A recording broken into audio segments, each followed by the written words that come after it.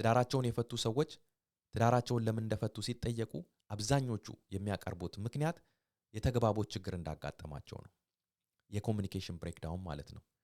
በትዳር ውስጥ ሊያጋጥሙ የሚችሉ ከባባድ የሚባሉ ለፍቺ የሚያደርሱ ችግሮች ታማኝነትን ማጉደል ቢሆን፣ ገንዘብ አያያዝ ላይ አለመግባባት ቢሆን፣ የሌሎች ጣልቃ ገብነት ቢሆን ወይ የስሜት መራራቅ ቢሆን እነዚህ ሁሉ መሰረታቸው የተግባቦት ችግር እንደሆነ ይገለጻል።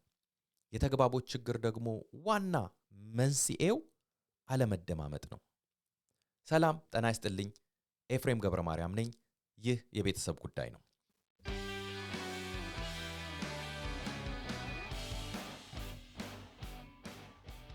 የቤተሰብ ጉዳይ ቤተሰብ ነክ የሆኑ ጉዳዮችን እያነሳን የምንወያይበት፣ ጠቃሚ የሆኑ ትምህርቶችንና መረጃዎችን የምንከፋፈልበት፣ እንዲሁም ደግሞ ጤናማ ቤተሰብ ስለመገንባት የምንመካከርበት መድረክ ነው።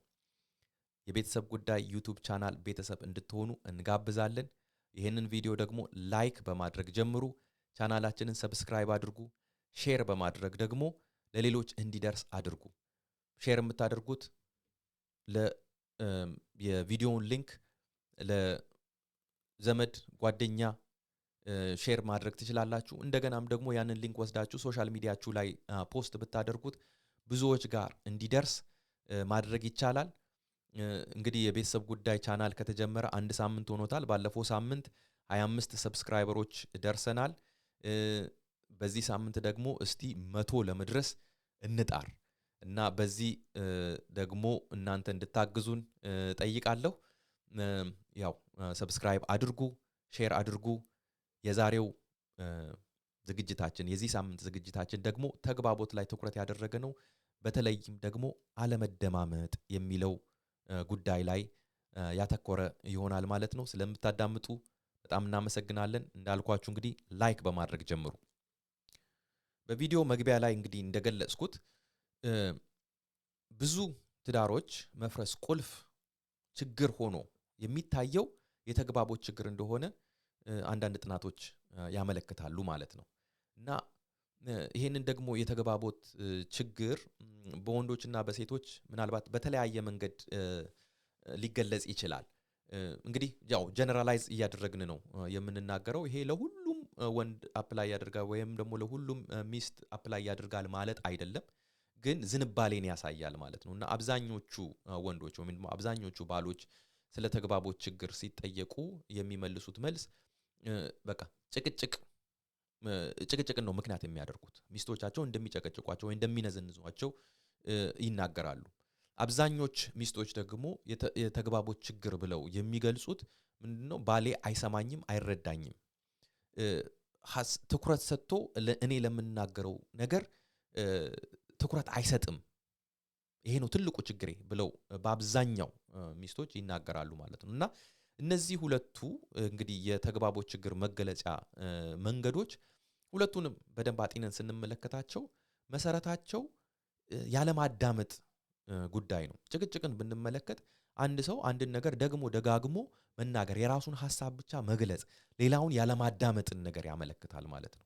ይሄ ንዝንዝ ብለን የምንለው በቃ ደጋግሞ አንድ ነገር አንድ ሰው በቃ ተናጋሪ ብቻ ሲሆን ማዳመጥን ለማዳመጥ ቦታ ሳይሰጥ ሲቀር ያ የተግባቦትን ችግር ያመጣል። የዛ የተግባቦት ችግር ደግሞ ያለማዳመጥ ውጤት እንደሆነ እንመለከታለን ማለት ነው። ያው በሴቶች ደግሞ የሚገለጠው አያዳምጠኝም ወይ አይሰማኝም የሚለው ግልጽ ነው። ያለማዳመጥ ወይም ደግሞ የሐሳብ መከፈል፣ ሚስቱ አንድ ነገር ስትነግረው ኢግኖር ማድረግ ወይም ደግሞ በሌላ ሐሳብ መጠመድ ወይም ደግሞ መልስ አለመስጠት፣ እነዚህ የመሳሰሉ ነገሮች ይሄ በሁለቱም በኩል ሊገለጽ ይችላል።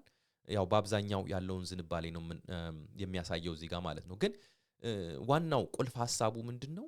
እነዚህ ሁለቱም መገለጫዎች ሆኑ እንጂ ዋናው አለመደማመጥ ነው። እና አለመደማመጥ ሲባል አለመስማት ማለት አይደለም። መስማትና ማዳመጥ ሁለቱ የተለያዩ ነገሮች ናቸው። መስማት ምናልባት የተነገረውን ነገር በጆሮአችን ገብቶ ሬጂስተር ማድረግ ያው የተናጋሪውን ነገር መስማት ሊሆን ይችላል። ነገር ግን ማዳመጥ ማለት መረዳትን ይጠይቃል። ማዳመጥ መረዳትን ይጠይቃል ማለት ነው። ስለዚህ ማዳመጥ ከመስማት ያለፈ ነው። ስንሰማ ለመረዳት ብሎ መስማት ወደ ማዳመጥ ይወስደናል ማለት ነው። እና ያለማዳመጥ ምልክቶች አሁን ለምሳሌ አንድ ሰው ማዳመጥ አለማዳመጡ የሚገልጹ ወይም ደግሞ አለማዳመጡን የሚያሳብቁ ምልክቶች አሉ። አንደኛው እና ዋነኛው ጣልቃ መግባት ነው። ተናጋሪው ተናግሮ ሳይጨርስ ማዳመጥ የሚገባው ሰው ጣልቃ ገብቶ እያቋረጠ ሐሳብን እየቆረጠ ዘሎ ሲገባ ያ ሰው እያዳመጠ እንዳልሆነ በቃ ይገልጻል ማለት ነው። ስለዚህ አንዱ አቮይድ ማድረግ ያለብን ጣልቃ መግባት፣ ጣልቃ ገብነትን ነው። ጣልቃ ገብቶ መናገር ምንን ያመለክታል? በቃ ኦልሬዲ ተናጋሪው ተናግሮ ሳይጨርስ የራስን አሰምሽን ወይም ደግሞ የራስን ኮንክሉዥን ልትናገር ያሰበችው ገብቶኛል ወይም ደግሞ ሊናገር ያሰበው ገብቶኛል ብሎ በራስ አሰምሽን ወይም በራስ ኢማጂኔሽን ላይ ተደግፎ መናገር ማለት ነው። ተናጋሪው እኮ የሚናገረው ነገር ኮምፕሊትሊ ሌላ ሊሆን ይችላል እና በችኮላ ወይም ደግሞ በራሳችን ከዚህ በፊት ባሰብነው አስተሳሰብ ወይም ደግሞ የራሳችን አስቀድመን ይሄ ነው ይሄን የተናገረችው ይሄን ለማለት ብላ ነው ወይም ደግሞ ይሄን የተናገረው ይሄን ለመናገር ብሎ ነው ብለን አሱም ባደረግነው አሰምሽን ስንንቀሳቀስ ወይም ደግሞ ስንሄድ ተናጋሪውን አናስጨርሰው፣ ጣልቃ እንገባለን። ሁለተኛው ምልክት ማለት ነው ያለማዳመጥ ሁለተኛው ምልክት ምንድነው? የመከላከል መልስ መስጠት፣ ራስን የመከላከል መልስ መስጠት። የተነገረውን ነገር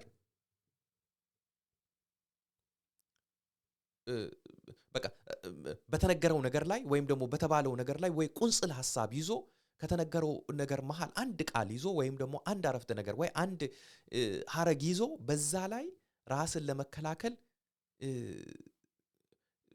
ንግግር ማድረግ ማለት ነው። ይሄ ዲፌንሲቭነስ የሚባለው ራስን ለመከላከል አንዳንድ ጊዜ ራስን ለመከላከል እንዲያስብ አይደለም እንዲያድርግ አይደለም ብሎ መናገር አለ። ሌላው ደግሞ ራስን መከላከል መልሶ ማጥቃትን ደግሞ ያመጣል። ራስን ለመከላከል ተናጋሪውን ማጥቃት ምናልባት ያልተነሳ በዛ ሰዓት እየተነገረ ያለ ጉዳይ ሊሆን ይችላል። ሌላ ጉዳይ ከዚህ በፊት የተደረገን ነገር አንስቶ አንቺስ እንደዚህ አድርገሽ አንተስ እንደዚህ አድርገ ወይም ደግሞ አንተ እንደዚህ ስታደርግ እንደዚህ አልተሰማህም ብሎ ራስን የመከላከል ንግግሮች መናገር። ሌላው የሚያዳምጥ ይመስላል ግን አያዳምጥም። እስቲ አሁን ምን ተነገረ ተብሎ ቢጠየቅ መድገም አይችልም። ሐሳቡን በቃ ሐሳቡ ቼክ አውት አድርጓል። ሐሳቡ ሌላ ቦታ ሄዷል ማለት ነው። ያም ያለማዳመጥ አንዱ ምልክት ነው። ሌላው ያለማዳመጥ ምልክት ኩርፊያ ነው። የሚያኮርፍ በቃ የሚያኮርፍ ላለማዳመጥ ላለመስማት ወስኗል ማለት ነው። በቃ አላዳምጥም አልሰማም ብሎ ራሱን የዘጋ ሰው መናገርም አይናገርም፣ ማዳመጥም አይፈልግም፣ መስማትም አይፈልግም። በቃ አኩርፎ ይቀመጣል። እና እነዚህ ነገሮች ሌሎችም ይኖራሉ። እነዚህ ግን ዋና ዋናዎቹ ናቸው። እና ያለማዳመጥ ደግሞ በግንኙነት ላይ በትዳር ግንኙነት ላይ ይሄ ከትዳርም ያለፈ በጓደኝነትም በሌሎችም ግንኙነቶች ላይ ተመሳሳይ የሆነ ተጽዕኖ ያመጣል። ግን አሁን ዛሬ ትኩረታችን በትዳር ላይ ስለሆነ በትዳር ላይ ያሉ የሚያመጣውን ተጽዕኖዎች ነው የምንመለከተው። በትዳር ላይ የሚያመጣቸውን ችግሮች ነው የምንመለከተው ማለት ነው። አለማዳመጥ ውሎ አድሮ የስሜት መራራቅን በትዳር ጓደኞች መሃል ያመጣል። አለማዳመጥ ለምንድን ነው ያን የሚያመጣው? የስሜት መራራቅን ለምንድን ነው የሚያመጣው? ሰው ተናግሮ የማይደመጥ ከሆነ ባይ ዘ ዌይ የተግባቦት ዋና ዓላማ ወይም ደግሞ የኮሚኒኬሽን ዋና ጎል ምንድን ነው? በቃ እኔ አሁን ከባለቤቴ ጋር የማወራ ከሆነ ከሚስቴ ጋር ለሚስቴ አንድ ነገር ከተናገርኩኝ እኔ በውስጤ ያለውን ሐሳብ ለሷ አካፍዬ እሷ እኔ በውስጤ ያሰብኩትን ነገር መረዳት ማለት ነው። ወይም ደግሞ እሷ ለኔ የምትነግረኝ ነገር እሷ በውስጧ እንዳሰበችው እሷ በውስጧ እንደተረዳችው እንዳሰበችው በቃላት ገልጻው እኔ ደግሞ ልክ እሷ ያሰበችውን ነገር መረዳት ማለት ነው። መስማማት ማለት አይደለም። ላልስማማበት እችላለሁ፣ ግን መረዳት አንደርስታንድ ማድረግ ማለት ነው። የተግባቦት ዋና ቁልፍ ነገሩ እዛ ላይ ነው ያለው። አንዳችን ሌላችንን መረዳት በትክክል እኔ እንዳሰብኩት ሚስቴ እኔን ከተረዳችኝ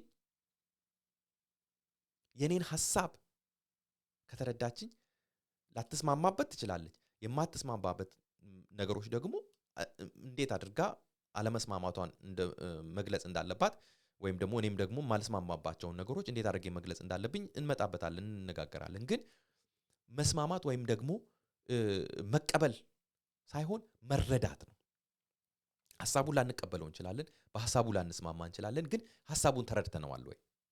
የኮሚኒኬሽን ወይም ደግሞ የተግባቦት ዋና ዓላማ ግቡ መግባባት ነው። ስለዚህ አንድ ሰው የማያዳምጥ ከሆነ ባል ሊሆን ይችላል፣ ሚስትም ልትሆን ትችላለች። ባሏን የማታዳምጥ ወይም ደግሞ ሚስቱን የማያዳምጥ ከሆነ መረዳት የለም ማለት ነው። እርስ በርስ አንዳችን ሌላችንን አንረዳም ማለት ነው። ካልተረዳን ደግሞ የኔ ነገር አይገባውም፣ እኔ የምናገረው ነገር አይረዳኝም፣ እኔ የምናገረው ነገር አትረዳኝም ወደሚል ደረጃ ባልም ሆነ ሚስት ከደረሰች የብቸኝነት ስሜት ውስጥ ይገባሉ። በቃ ብቻዬን ነኝ፣ ማንም የሚረዳኝ ሰው የለም። እንግዲህ ከባል የቀረበ ከሚስት የቀረበ ሰው የለም። ምክንያቱም ሁለቱ አንድ ይሆናሉ ብሎ ስለሚል እንደ እግዚአብሔር ቃል መርህ ነው። እና አንድ ከሆነው ሰው ቀርቦ ሊረዳን ውስጣችንን ሊያውቅ የሚችል ሰው የለም። ስለዚህ አለመደመጥ ምንን ያመጣል? የብቸኝነትን ስሜት በትዳር ውስጥ ያመጣል።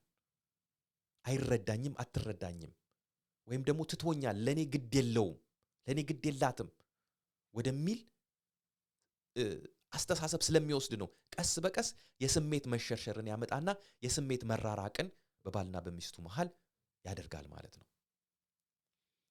ሁለተኛው ጥልን ያካርራል። አለማዳመጥ በአንድ ነገር መነጋገር ሲጀመር ሳያዳምጥ ወይ ቀድሞ ጣልቃ እየገባ የሚመልስ ሰው ካለ ተናጋሪውን ያናድደዋል። ወይም ደግሞ የመከላከል መልስ የሚሰጥ ከሆነ ወይም እያዳመጠ እየሰማ ይመስላል የማያዳምጥ ከሆነ ወይ ኩርፊያ የሚያመጣ ከሆነ እነዚህ ነገሮች ምን ያመጣሉ? ጥልን እያከረሩ ይመጣሉ። ጭቅጭቅን ወይም ደግሞ አለመግባባትን ወይም የተነሳው ኮንፍሊክት ወደ ንዴትና ወደ ብስጭት ትርፍ ቃል ወደ መነጋገር እንዲያመራ ያደርጋሉ። ደጋትመን ኢንስቲትዩት የሚባል ስለ ትዳር ብዙ ጥናት የሚያደርጉ ኢንስቲትዩት ነው እና ባደረጉት ጥናት መሰረት 69% የሚሆኑ በትዳር ውስጥ ያሉ ችግሮች ፐርፔቹዋል ወይም ደግሞ ተደጋግመው የሚመጡ ችግሮች ናቸው ይላል። ለነዚህ አንዱ መንስኤ በትዳር ውስጥ ያሉ እንግዲህ 69% የሚሆኑ ችግሮች ተደጋጋሚ በቃ ሳይፈቱ ሲንከባለሉ የሚኖሩ ችግሮች ናቸው። ለምን? አንድ ችግር ይፈጠራል። ያንን ችግር ለመፍታት መነጋገር ሲጀመር አንዳችንን ማናዳምጥ ከሆነ አንዳችንን ማንረዳ ከሆነ ሐሳባችን አንዱ የአንዱን ሐሳብ የማይረዳ ከሆነ በዛ ችግር ምክንያት ጥል ውስጥ ይገባል። ጥሉ ይጋጋላል። ከዛ በኋላ ያ ነገር ወይ በቃ የሆነ ቦታ ላይ ይደርስና ተለያይቶ በብስጭት ተለያይቶ ይሄዳሉ። ነገም ግን ያ ችግር ስላልተፈታ እንደገና ሌላ ጭቅጭቅ ያመጣል።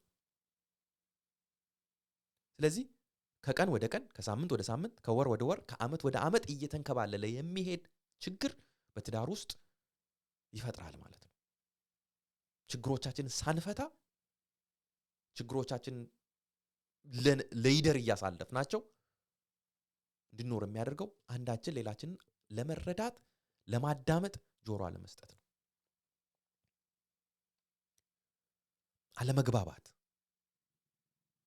ጭቅጭቅ፣ ንትርክን ያመጣል። ሌላው ቋሚ ችግሮች እየወለደ ይመጣል። ቋሚ ችግሮች ማለት ምሬት፣ ሰው ወደ ምሬት ውስጥ እንዲገባ ያደርጋል።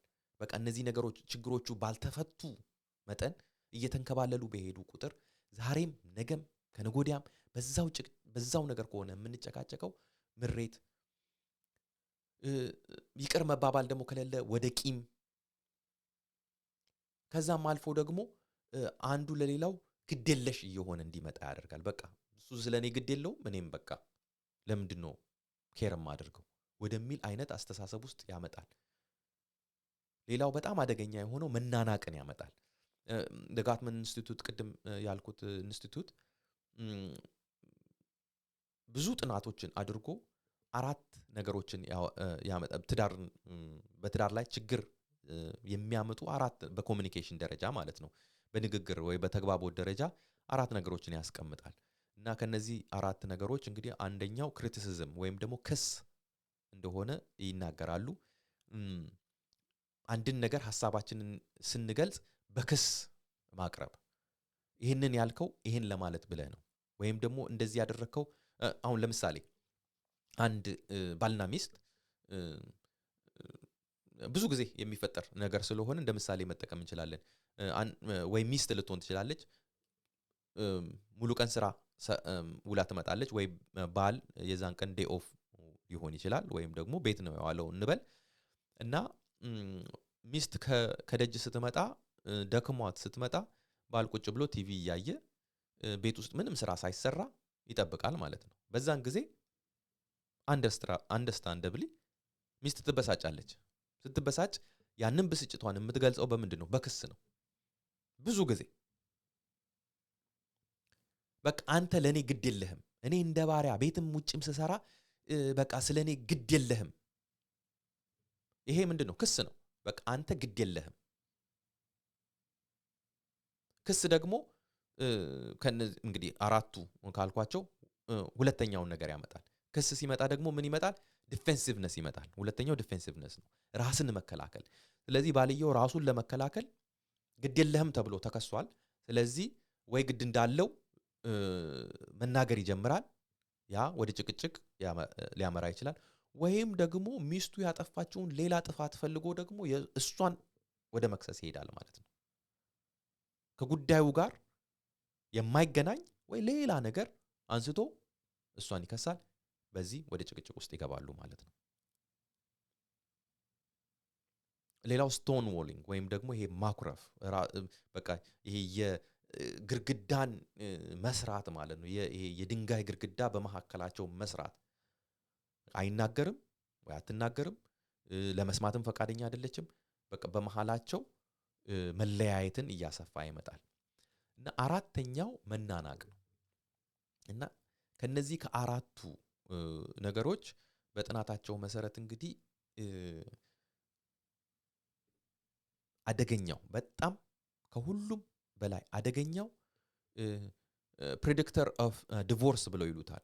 እና በብዙ ባልና ሚስቶች ጥንዶች መካከል መናናቅ ከመጣ አብዛኞቹ በእንደዛ አይነት ውስጥ ያሉ ሰዎች ወደ ፍቺ እንደሚያመሩ ይናገራሉ። እና አለመግባባት ወይም ደግሞ አለመደማመጥ ወደ መናናቅ ሊያመጣ ይችላል።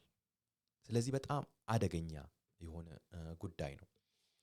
ስለዚህ ስለ ችግሩ እንግዲህ ይሄን ያክል ከተነጋገርን መፍትሄው ታዲያ ምንድነው የሚለውን ነገር አጭር ነገር ተነጋግረን የዛሬውን ፕሮግራማችንን እንጨርሳለን። ስለዚህ መፍትሄውን እንግዲህ ስንመለከት አንደኛ የምንሄደው እንግዲህ ወደ እግዚአብሔር ቃል ነው። ምሳሌ ምዕራፍ 18 ቁጥር 13 ላይ ምን ይላል? ከማዳመጡ አስቀድሞ የሚመልስ ቂልነትና አፍረት ይሆንበታል ይላል። ምን ይላል? ከማዳመጡ አስቀድሞ የሚመልስ ሳያዳምጥ ሳይረዳ የሚናገር ማለት ነው። ይሄ ምንድነው? ቂልነት ወይም ደግሞ አፍረት ይሆንበታል። ምክንያቱም የሚናገረውን ነገር ሳይረዳ ነው የሚናገረው። ሁለተኛው ደግሞ ያዕቆብ ምዕራፍ 1 ቁጥር 19 ላይ ያለው የተወደዳችሁ ወንድሞቼ ሆይ ይህንን አስተውሉ ይላል። ሰው ሁሉ ለመስማት የፈጠነ ለመናገር የዘገየ ለቁጣም የዘገየ ይሁን ብሎ የእግዚአብሔር ቃል ይመክረናል ማለት ነው። ምን? ለመስማት የፈጠነ ስንሰማ ደግሞ ለማዳመጥ ማለት ነው፣ ለመረዳት። ለመናገር ግን የዘገየ። ለምንድነው ለመስማት መፍጠን ያለብን? ነገርን መረዳት አለብን። ከመናገራችን በፊት ነገሮችን መረዳት አለብን። ሳንረዳ የምንናገረው በራሳችን አሰምሽን ሆነን የምንናገረው ነገር ችግር ያመጣል፣ ወደ ጭቅጭቅ ያመራል፣ ወደ መለያየት ያመጣል። ስለዚህ እንግዲህ ማዳመጥን ለማዳበር በትዳራችን ውስጥ በምናደርገው ተግባቦት ወይ ኮሙኒኬሽን ማዳመጥን ለማዳበር እንግዲህ አክቲቭ ሊስኒንግ የሚባሉትን ነገሮች መለማመድ ይኖርብናል ማለት ነው። ማለት ይሄ ለመረዳት መስማት ማለት ነው። ለመረዳት መስማት ወይም ደግሞ ለመረዳት ማዳመጥ መልስ ለመስጠት አይደለም፣ ወይም ደግሞ ራስን ለመከላከል አይደለም፣ ወይም ሳያዳምጡ ምሳሌ ላይ እንደሚናገረው ከማዳመጡ በፊት የሚመልስ ምን እንደተጠየቀ እንኳን ሳያውቅ ምን እንደተባለ እንኳን ሳያውቅ የሚመልስ ይሄ ሞኝነት እንደሆነ ነው የሚናገረንና ስለዚህ ስናዳምጥ ወይም ደግሞ ስንሰማ ለመረዳት መስማት ማለት ነው አክቲቭ ሊስኒንግ። እንዴት ነው አክቲቭ ሊስኒንግን የምንለማመደው? አንደኛ ለማዳመጥ ራሳችንን ማዘጋጀት። ይሄ እንግዲህ የልባችን አቲቲዩድ ወይም ደግሞ የልባችን ዝንባሌ ይሄ መሆን አለበት። ሁል ጊዜ እኛ ለመሰማት ሳይሆን አስቀድመን ለማዳመጥ ዝንባሌያችን ያ ይሁን። አብዛኛው ሰው መሰማትን ይወዳል፣ መደመጥን ይወዳል፣ ውስጡ ያለውን ነገር መናገር ይፈልጋል። ስለዚህ ከማዳመጥ ይልቅ መናገርን ያበዛል። ይሄንን እንግዲህ መገልበጥ መቻል አለብን። ያዕቆብ ምዕራፍ 1 ቁጥር 19 ላይ እንደሚነግረን ለመስማት የፈጠንን ለመናገር የዘገየን ማለት ምን ማለት ነው? ብዙ ሰምተን ትንሽ የምንናገር ማለት ነው። ያ በውስጣችን ያለውን የመናገር ፍላጎትን መግታት ይጠይቃል። ናቹራሊ በውስጣችን በቃ የራሳችንን ነገር ለመግለጽ ለዚህ ነው የሚጨቃጨቁ ሰዎችን አይታችሁ ከሆነ ድምጻቸው ከፍ እያለ ይሄዳል። አንዱ መጮ ሲጀምር ሌላኛው መጮ ይጀምራል፣ ያኛው መጮ ይጀምራል እና ድምጻቸው በጣም ከፍ እያለ ይሄዳል። ለምን? መሰማትን ይፈልጋሉ። መሰማትን ስለሚፈልግ በቃ ያለው ፍላጎት መደመጥ ነው፣ መሰማት ነው። ስለዚህ ይናገራል። ሚስትም ትናገራለች፣ በመሃል የሚያዳምጥ የለም። ስለዚህ ያንን ፍላጎታችንን ገተን ያንን ፍላጎታችን የመናገር ፍላጎታችን የመደመጥ ፍላጎታችን ገታ አድርገን እንተወው ማለት አይደለም፣ ግን ያንን ገታ አድርገን ለማዳመጥ እንፍጠን። ሚስቴ ምንድነው እየተናገረችኝ ያለችው? ባሌ ምንድነው እያለኝ ያለው ለሚለው ነገር ጆሮአችንን እንስጥ። ስለዚህ ይሄ እንግዲህ ራስን መግዛትን ይጠይቃል። ቅድሚያ ለማዳመጥ ራስን ማዘጋጀትን ይጠይቃል። ይሄ እንግዲህ የውሳኔ ጉዳይ ነው። ትዕግስት ያስፈልጋል። መታገስ አለብን። አንዳንድ ጊዜ ካለመታገሳችን የተነሳ ረጅም መንገድ እንሄዳለን። በአጭሩ ቁጭ ብለን ምናልባት 30 ሰከንድ እስከ 1 ደቂቃ ጊዜ ሰጥተን ብናዳምጥ ወደ መረዳት የምንመጣውን ነገር ወደ ጭቅጭቅ ውስጥ ቀድመን ቸኩለን እንናገርና ወደ ጭቅጭቅ ውስጥ እናስገባና 30 ደቂቃ ወደ 1 ሰዓት ጭቅጭቁ ይቀጥላል። ግን ያንን ደቂቃ 1 ደቂቃ 2 ደቂቃ በትዕግስት ብናዳምጥ ግን መንገዳችንን ያሳጥርልናል። ብዙ ጊዜ አጎቴ የሚናገረው ነገር አለ። ቀድመህ እንድትደርስ ቀስ ብለህ ንዳ ይላል። ይህ ማለት ምን ማለት ነው? እንግዲህ ፈጥነን ስንነዳ ቀድመን የምንደርስ ይመስለናል አይደለ? ግን በሰዓት እንድትደርስ ቀስ ብለህ ንዳ ማለት መንገድ ላይ ብትጋጭ ወይም ደግሞ ፖሊስ ቢያስቆምህ እየፈጠንክ ስትሄድ እየበረርክ ስትሄድ ፖሊስ ቢያስቆምህ እዛ ጋር 20 ደቂቃ 30 ደቂቃህን ይበላብሃል። በመፍጠን አታተርፍም። ስለዚህ አንዳንድ ጊዜ ለመናገር መፍጠናችን መንገዱን ያረዝምብናል፣ ጊዜውን ያረዝምብናል። ብንታገስ ግን ምናልባት በአጭር ጊዜ ተግባብተን። ስለዚህ ትዕግስት በጣም አስፈላጊ ነው። ስለዚህ መልስ ለመስጠት ሳይሆን ለመረዳት ማዳመጥ፣ ሐሳብን ከመግለጽ በፊት የሌላውን ሐሳብ ማዳመጥ። ሁለተኛው እኔ በሚል ስቴትመንት መናገር ወይም ደግሞ እኔ በሚል የራስን ሐሳብ መግለጽ። አንተ እንደዚህ፣ አንቺ እንደዚህ ብሎ ከማለት ያ እንግዲህ ቅድም እንዳልኳችሁ ወደ ክስ ነው የሚወስደው። ቅድም በተነጋገርነው ምሳሌ መሰረት ሚስትየው ቤት ስትመጣ እኔ በሚል አነጋገር ብትናገር ነገሩን ያረግበዋል። ምን ማለቴ ነው? ስትመጣ ደክሟት ነው የመጣችው፣ ስራ ውላ ነው የመጣችው። ባሏ ቤት ቁጭ ብሎ ቲቪ ሲያይ ነው ያገኘችው። ቤት ውስጥ ምንም ስራ አልተሰራም። ይሄ ነገር አበሳጭቷታል፣ ስሜቷን ጎድቷል። አንተ ስለኔ ግድ ስለሌለ ነው ብላ ከምትናገር እንግዲህ ፋክቱ ላይ ምንም እኮ የሚያከራክር ነገር የለም። ስራ ውላ መውጣቷ ፋክት ነው። ቤት መዋሉ ፋክት ነው። ስራ ሳይሰራ መዋሉ ፋክት ነው። እነዚህ ፋክት ናቸው። የሚያጨቃጭቁ ነገሮች አይደሉም። ትርጉሙ ላይ ነው እንግዲህ የሚያጨቃጭቀው። አንተ ስለኔ ግድ ስለሌለህ ነው ብላ ከጀመረች ክስ ነው። ያንን ክስ ደግሞ ሲከሰስ መልስ ለመስጠት ይነሳል ማለት ነው። ከዛ ይልቅ ግን ምን ብላ ብትናገረው ወደ መግባባት ሊያደርስ ይችላል። እንግዲህ አዳማጩም ሚና አለው፣ ተናጋሪውም ሚና አለው። ማዳመጥን መደማመጥን ለማምጣት በኮሚኒኬሽን መሃል በተግባቦት መሃል ሁለቱም ናቸው ሚና የሚጫወቱት ማለት ነው። እና እሷ እኔ ስራ ውዬ ስመጣ አንተ ቤት ውለህ ምንም ስራ ሳይሰራ ቲቪ ቁጭ ብለህ ስታይ ሳይህ ለኔ ግድ እንደሌለህ መስሎ ይሰማኛል። እኔ ለኔ ምን ብሎ ግድ እንደሌለህ መስሎ ይሰማኛል ብላ ብትል በቃ ስሜቷን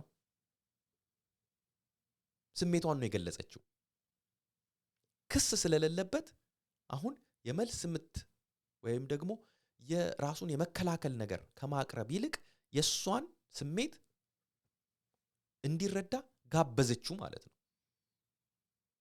ስለዚህ አነጋገራችንም ራሱ ተናጋሪው ራሱ አዳማጩ እንዲያዳምጥም እንዳያዳምጥም ሊያደርግ ይችላል ማለት ነው። ስለዚህ አዳማጩ ጊዜ ሰጥቶ ትዕግስት ሰጥቶ ለመስማት ማዳመጥ አለበት። ተናጋሪውም ደግሞ ሐሳቡን ሲገልጽ እኔ እንደዚህ ይሰማኛል፣ እኔ እንደዚህ ታይቶኛል፣ እኔ እንደዚህ ነው ብሎ ክስን ከመሃል በማውጣት የራስን ሐሳብ በመግለጽ አቀማመጥ ቢቀመጥ ያ አክቲቭ ሊስኒንግን ፕሮሞት ያደርጋል ወይም ደግሞ ለመስማት ለመረዳት መስማትን ለመረዳት ማዳመጥን ያጎለብታል ማለት ነው።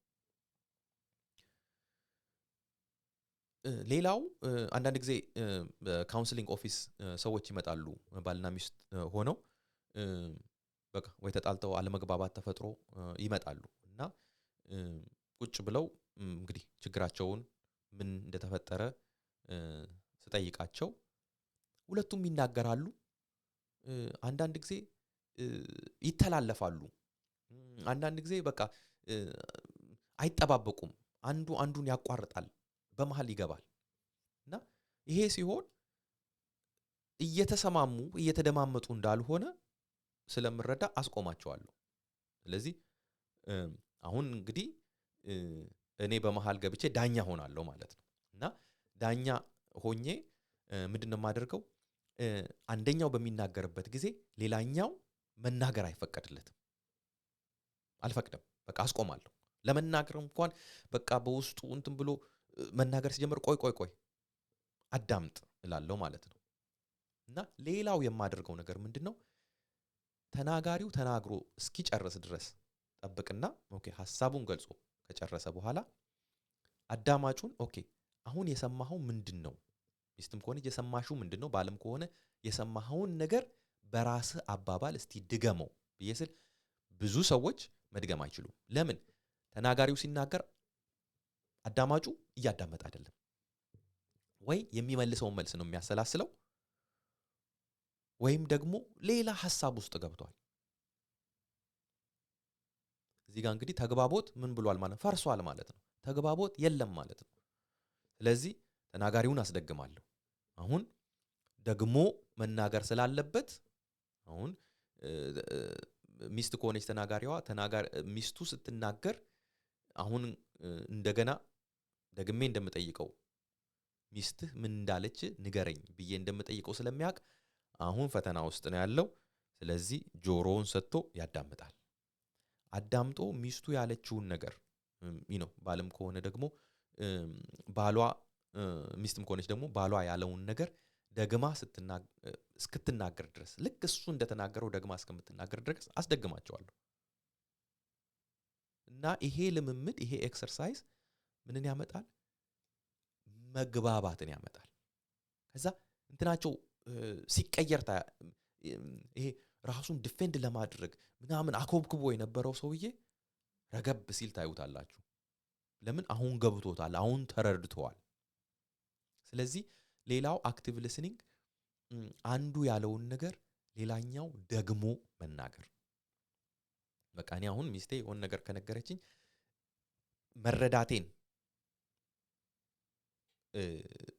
መረዳቴን ለማሳየት በጥያቄ መልክ ሊሆን ይችላል።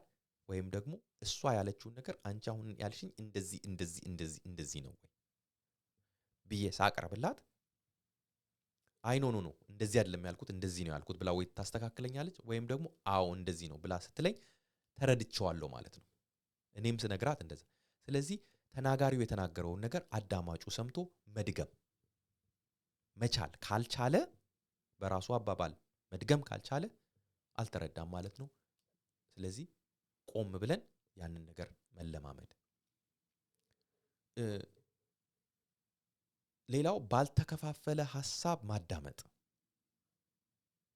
በተለይ እንደዚህ አለመግባባቶችን የሚያመጡ ሐሳቦች ተነስተው ወደ ጭቅጭቅ የሚያመጡ ሐሳቦችን ተነስተው በምትነጋገሩበት ጊዜ እየቸኮላችሁ በጥድፊያ ላይ ወይም ደግሞ እዚህ ጋር ቲቪው ኦን ሆኖ ልጆች እዚህ ያለቀሱ ምናምን ከሆነ ሐሳባችሁ ሙሉ ለሙሉ ሰጣችሁ ልትደማመጡ አትችሉም። ስለዚህ በእንደዛ አይነት ይሄ ምስቅልቅል ባለ ሁኔታ ላይ ወይም ደግሞ ከያሪክ በሆነ ሁኔታ ላይ ሆኖ በጣም ቁም ነገር ያለው ነገር አለመነጋገር። እንደዚህ ጥል የሚያመጣ ወይም ደግሞ የሚያጋጭ ነገር ከመጣ ቆም አድርጎ በዛን ጊዜ ቆም ብሎ ሐሳባችን ሙሉ ለሙሉ ሰተን መነጋገር የምንችል ከሆነ ቆም ብሎ መነጋገር፣ ካለበለዚያም ደግሞ ለሌላ ጊዜ እንደዛ ሆነን መነጋገር እስከምንችል ድረስ ያንን ሐሳብ በጭቅጭቅ አለመግፋት። ስለዚህ ባልተከፋፈለ ሐሳብ ስንነገር አንደኛው አይ ኮንታክት በጣም ኢምፖርታንት ነው። አዳማጩ ተናጋሪውን እያየ ማዳመጥ። በቃ ሙሉ ሐሳቤን ወደ አንተ ሰጥቻለሁ ወይም ሙሉ ሐሳቤን ለአንቺ ሰጥቻለሁ የሚለውን ነገር ይናገራል አይ ኮንታክት። ሌላው በባዲ ላንጉዌጅ ወይም ደግሞ በሰውነታችን እንቅስቃሴም ደግሞ መስማት አለመስማታችንን እኮ እንገልጻለን አይደለ? ጭንቅላትን በማንቀሳቀስ እንደዚህ የተለያዩ ነገሮች ወይም ደግሞ እጅን አጣምሮ እንደዚህ መቀመጥ በቃ አለማዳመጥን ያመለክታል ማለት ነው። ስለዚህ ራሳችን በምናሳየው አክሽን እያዳመጥን መሆኑን ማሳየት አክቲቭ ሊስኒንግ። እና ሌላው ጥያቄ መጠየቅ። አሰምሽን ከመናገራችን በፊት ወይም ደግሞ በራሳችን ያሰብነውን ነገር ድምዳሜ ላይ ደርሰን እንደዚህ ነው ብለን ከመናገራችን በፊት ጥያቄ መጠየቅ አይጎዳም። ጥያቄ መጠየቅ አይጎዳም። ወይ አይ ተሳስተሃል፣ ይሄ እንደዚህ ነው እንባላለን ወይም ደግሞ ትክክል ነህ እንባላለን ማለት ነው። ይህን ያልከው እንደዚህ ለማለት ብለህ ነው ብሎ ከማለት ይህን ያልከው እንደዚህ ለማለት ብለህ ነው ብሎ መጠየቅ፣ በጥያቄ መልኩ ማቅረብ ነገሩን ምን ያደርገዋል? ረገብ ያደርገዋል። በክስ መልኩ ሲመጣ ግን ነገሩን ያጦዘዋል። ስለዚህ ጥያቄ መጠየቅ፣ ያልገባን ነገር ካለ ኦኬ ይሄ እዚህ ጋር የተናገርሽው ምን ለማለት ፈልገሽ ነው? ምን ለማለት ፈልገ ነው ብሎ ጥያቄ መቅረብ። ሌላው ለሌላው ስሜት እውቅና መስጠት ምን ማለት ነው? ይሄ መስማማት አይጠይቅም ወይም ደግሞ መረዳትን መናገር ማለት ነው። ለሌላው ስሜት እውቅና መስጠት ማለት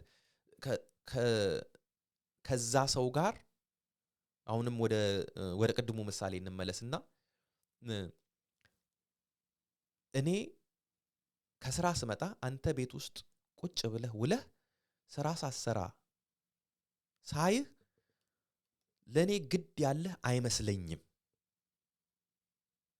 ብላ ሚስትየው ስትናገረው ባልየው እሱ ለሚስቱ ግድ እንዳለው ነው የሚያውቀው።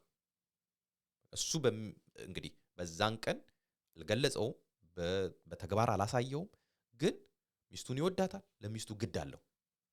ይሄንን ደግሞ በተለያየ ምናልባት መስዋዕትነት እየከፈለ የሚኖርበት ነገሮች ሊኖሩ ይችላሉ እና ግድ እንደሌለህ ይመስለኛል ተብሎ ሲባል የሚያበሳጨው ደግሞ እሱ ግድ እንዳለው የሚያሳይበት ምናልባት ሌሎች የሚደረድራቸው ምክንያቶች ሊኖሩ ይችላሉ። ስለዚህ እዚህ ጋር ለሚስቱ ስሜት እውቅና መስጠት ማለት ግድ የለኝም ብሎ መስማማት ወይ ከዛ ሐሳብ ጋር መስማማት ማለት አይደለም።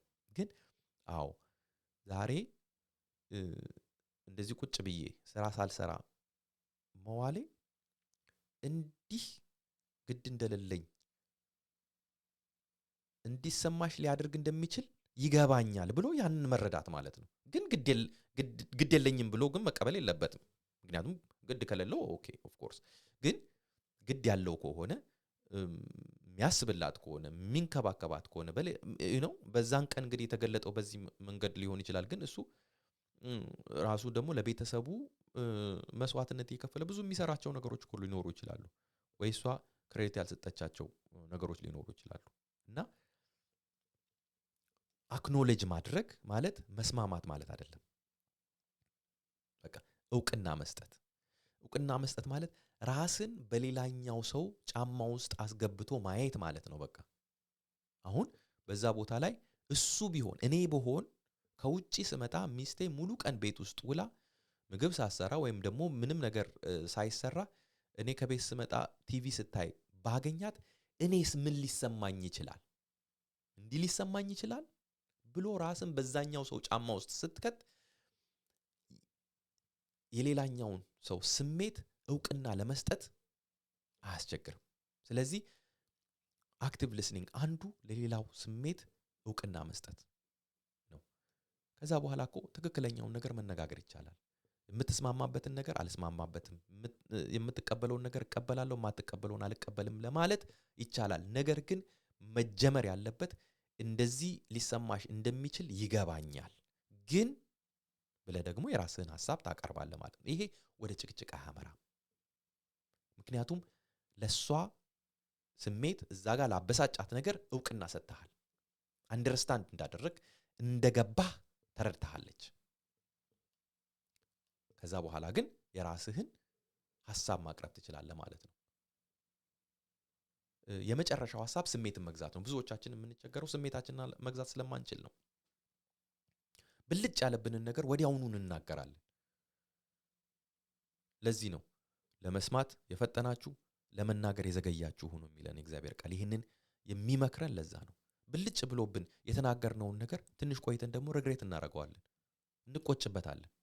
ወይኔ እንደዚህ ባላደረኩ እንደዚህ ባልተናገርኩ ኖሮ ብለን እንለዋለን። ስለዚህ ቆም ብሎ ማሰብን፣ ቆም ብሎ ትንሽ ጊዜ ሰጥቶ የተወሰነ ሰከንድ እኮ ሊሆን ይችላል ስሜትን ገዝቶ በንዴት አለመናገር።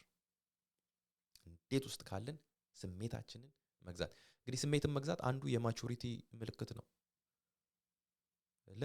አንድ ሰው በቃ ምቹር እየሆነ ሲመጣ አንዱ የሚሆነው ነገር ምንድነው? ስሜቱን መግዛት ነው። ህፃናትን አይታችሁ እንደሆነ ስሜታቸውን መግዛት አይችሉም አይደለ? በቃ የሆነ ነገር ሲከለከሉ ዋይ ብለው መሬት ላይ እየተንደባለሉ ያዙ ይልቀቁኝ ይላሉ። ለምን? እዛ ማቹሪቲ ላይ አልደረሱም። እያደጉ ሲመጡ ደግሞ ማቹሪቲ ሌቭላቸው እየጨመረ ሲመጣ እምቢ ለሚባሉት ነገር ወይም ደግሞ አይሆንም ለሚባሉት ነገር የሚመልሱት ምላሽ ምቹር እየሆነ መምጣት አለበት ማለት ነው። ስሜታቸውን እየገዙ አሁን የ1 ዓመት ልጅ ዋይ ያለ ሱፐር ማርኬት ውስጥ አሁን ለምሳሌ ግሮሰሪ ስቶር የሆነ ነገር ይገዛልኝ ብሎ ወላጅ አልገዛም ሲል ዋይ ያለ እየተንከባለለ ቢል ሰው ሁሉ አንደርስታንድ ያደርጋል። የ1 ዓመት ልጅ ነው ወይም ደግሞ የ3 የ4 ዓመት ልጅ ሊሆን ይችላል።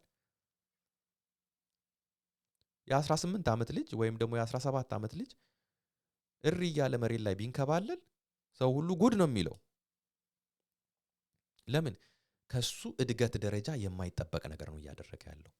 አንዳንዶቻችን ከኛ እድገት ደረጃ የማይጠበቅ ነገር እናደርጋለን። ስሜታችንን መግዛት እያቃተን ማለት ነው። ስለዚህ ለማዳመጥ ለመረዳት ስሜታችንን መግዛት ትልቅ ቁልፍ የሆነ ሐሳብ ነው። እንግዲህ በእነዚህ በተማርነው ነገር ደግሞ እርምጃ እንውሰድ። በዚህ ሳምንት እስቲ አሁን ከተነጋገርናቸው ነገሮች የአክቲቭ ሊስኒንግ ብለን ከደረደርናቸው ነገሮች አንዱን ወይም ደግሞ ሁለቱን ወስደን እስቲ ለመለማመድ እንሞክር። በተለይ እኔ እንደዚህ ይሰማኛል ብሎ አንተ እንደዚህ አንቺ እንደዚህ ብሎ ወደ ክስ ከመግባት ይልቅ ያንን ቆም ብለን አሰብ አድርገን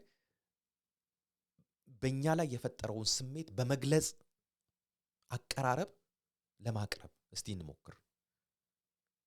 ባል ሲናገር ሚስት ማዳመጥ፣ ሚስት ስትናገር ባል ማዳመጥ፣